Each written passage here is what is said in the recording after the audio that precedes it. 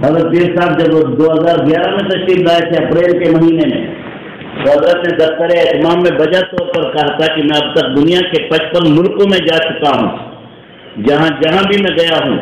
وہاں دارالعلوم دیوبند کے فضلاء کو میں نے کام کرتے ہوئے دیکھا۔ ہم دعویٰ کرتے ہیں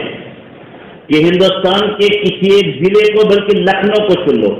اگر تمہارے فضلاء زیادہ ہوئے ہمارے فضلاء کم ہوئے تو ہم یہ کہیں گے کہ ندوہ جو ہے وہ جامعیت میں دارالعلوم دیوبند سے زیادہ، نہ ہوئے دارالعلوم دیوبند کے فضلاء وہاں زیادہ تو ہم اپنی ناک کٹوا لیں گے۔ حضرت نے اس موقع پر فرمایا تھا کہ ہم اس ملک میں بھی گئے ہیں جہاں برف کی ٹرے، برف کی فیکٹریاں، برف کے دروازے، برف کی کھڑکیاں، وہاں بھی دارالعلوم دیوبند کے فضلاء کام کر رہے ہیں۔ تو دارالعلوم دیوبند ماشاءاللہ اس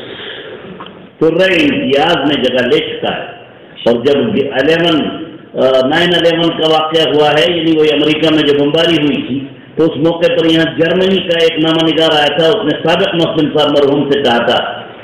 کہ آپ لوگ کیا ہیں؟ اس نے کہا ہم تو چٹائی پر بیٹھنے والے تھے، کہ آپ چٹائی پر بیٹھنے والے نہیں، دوسری دنیا سے پوچھو کہ آپ لوگوں کے اندر کتنا دمخم ہے اور کتنی طاقت ہے دارالعلوم دیوبند۔ اس نے یہ بات کہی کہ اس وقت اخباروں میں آیا۔ تو اللہ کا فضل و کرم ہے، دارالعلوم دیوبند نے اپنے عمل سے، اپنے کردار سے، اپنے اخلاق سے، اپنے علم سے دنیا والوں سے لوہا منوایا ہے۔ دارالعلوم دیوبند کا کوئی آدمی نہ شہرت کا طالب ہے، نہ شہرت کے لیے اس نے کبھی کوئی کام کیا، اور نہ الحمدللہ جمہور سے اور جماعت سے الگ ہوا۔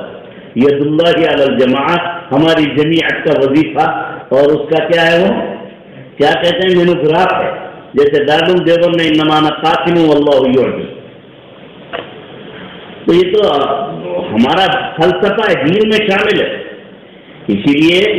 جماعت کو پکڑنا چاہیے، بالکل الگ نہیں ہونا چاہیے۔ نبی نے فرمایا فإن الشیطان مع الفضل،